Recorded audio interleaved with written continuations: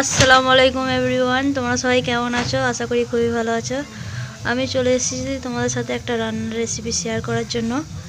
তা ভিডিওটা ফুল দেখতে থাকো। দেখো, আমি মাংসটাকে সেদ্ধ করতে দিয়েছি, এটা সেদ্ধ হচ্ছে। এরই একটা রেসিপি তোমাদের সাথে শেয়ার করব। চলো দেখতে থাকো, সেদ্ধটা হয়ে যাক। আমি ওখানে শিলনোড়া রেডি করে রেখেছি, আমি বাটবো। এখানে সব পেঁয়াজগুলো কেটে নিচ্ছি, যেগুলো প্রয়োজন, আদা রসুনও। ঠিক আছে, এখানে মাংসটা সেদ্ধ হতে থাক, সেদ্ধ হয়ে যাক, তারপর দেখাচ্ছি। দেখো, মাংসগুলো কিন্তু সেদ্ধ হয়ে গিয়েছে। মাংসগুলোকে আমি শিলে মেলে দিয়েছি, একটু ঠান্ডা করে নিচ্ছি। এখানে আদা রসুন নিয়েছি, পেঁয়াজ কুচিয়ে নিয়েছি।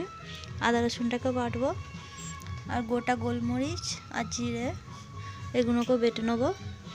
নিয়ে দেখাচ্ছি তোমাদের। বাটা হয়ে গেলে, আমার ক্যামেরা ধরার কেউ নেই গো, ওই জন্য আমি তোমাদের দেখাতে পারছি না বাটাটা। যাই হোক, বেটে নিই, তারপরে দেখা হচ্ছে। দেখো, এইখানে আমি এই বেটে নিচ্ছি।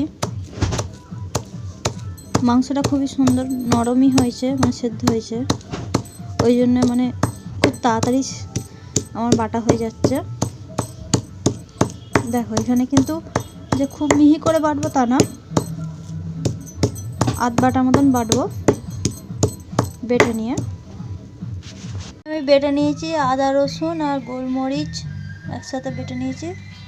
এখানে মাংসটাকেও ভালো করে একদম ঝুড়ো ঝুড়ো করে বেটে নিয়েছি। আর এখানে নিয়েছি একটু হলুদ গুঁড়ো, একটু লঙ্কা গুঁড়ো, একটু লবণ। এখানে কড়া বসিয়ে দিয়েছি, কড়াতে দিয়ে দেবো সরিষার তেল।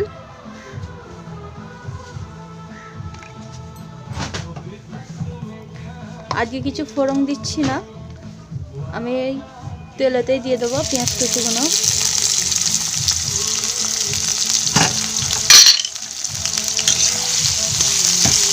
একটু লাল লাল করে ভেজে নেব, লাল লাল করে ভেজে নিই। এখানে পেঁয়াজটাকে লাল লাল করে ভেজে নিয়েছি, দেখুন ব্রাউন কালার হয়ে গেছে। এবারে দিয়ে দেবো ওই আদা রসুনের পেস্টটা, আদা রসুন আর গোলমরিচের পেস্টটা এই দিয়ে দিলাম। এবারে ভালো করে এটাকে কষিয়ে নেবো, কাঁচা গন্ধটাকে একটু তাড়িয়ে দেবো।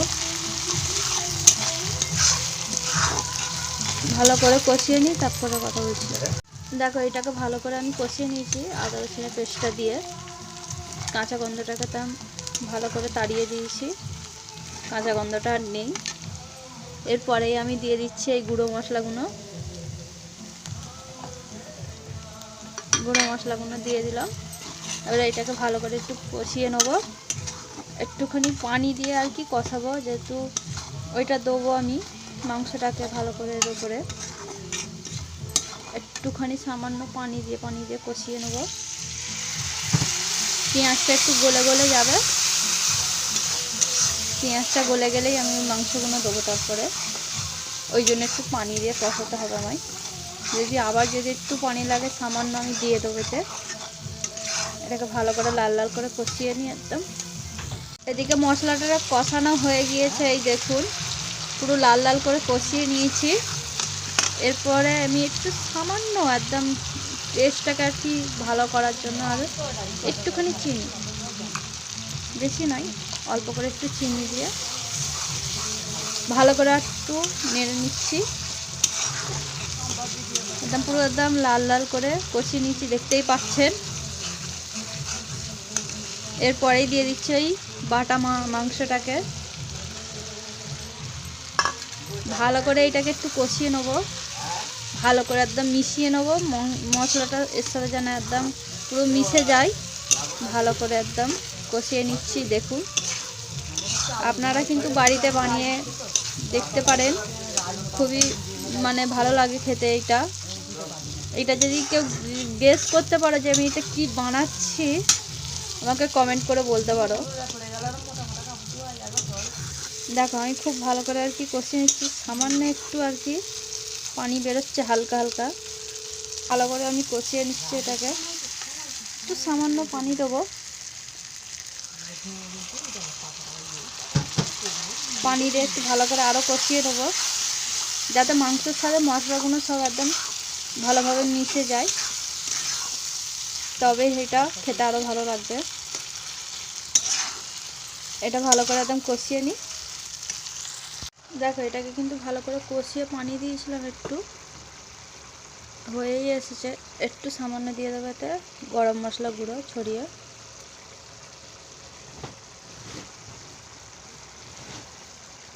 দিয়ে একটুখানি ঢাকা দেবো 2 মিনিটের তরে, তারপরেই নামিয়ে নেব। দেখো এটা হয়ে গিয়েছে, হওয়ার পর এমনটা দেখতে লাগছে। খাওয়ার সময় একদম ভালোভাবে দেখাবো। দেখো বন্ধুরা, আমরা খেতে বসে গিয়েছি। দেখো এটা ঠিক কেমন হয়েছে বলো তো?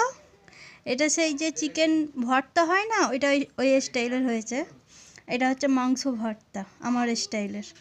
এটা খেতে খুবই ভালো লাগে আমাদের বাড়ির সবাইরই, তাই বানিয়েছি।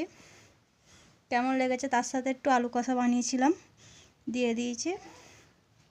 ভাতে একটা লেবুও নিয়ে নিয়েছি। ব্যাস, আজকে আমাদের এই দুপুরের খাওয়া। কেমন লাগলো তোমরা কমেন্ট করে বলো। যদি ভালো লেগে থাকলে like, comment, share and subscriber করতে একদম ভুলো না। তোমরা আমার পাশে থেকো। ব্যাস এইটুকুনি, আর কিছু না।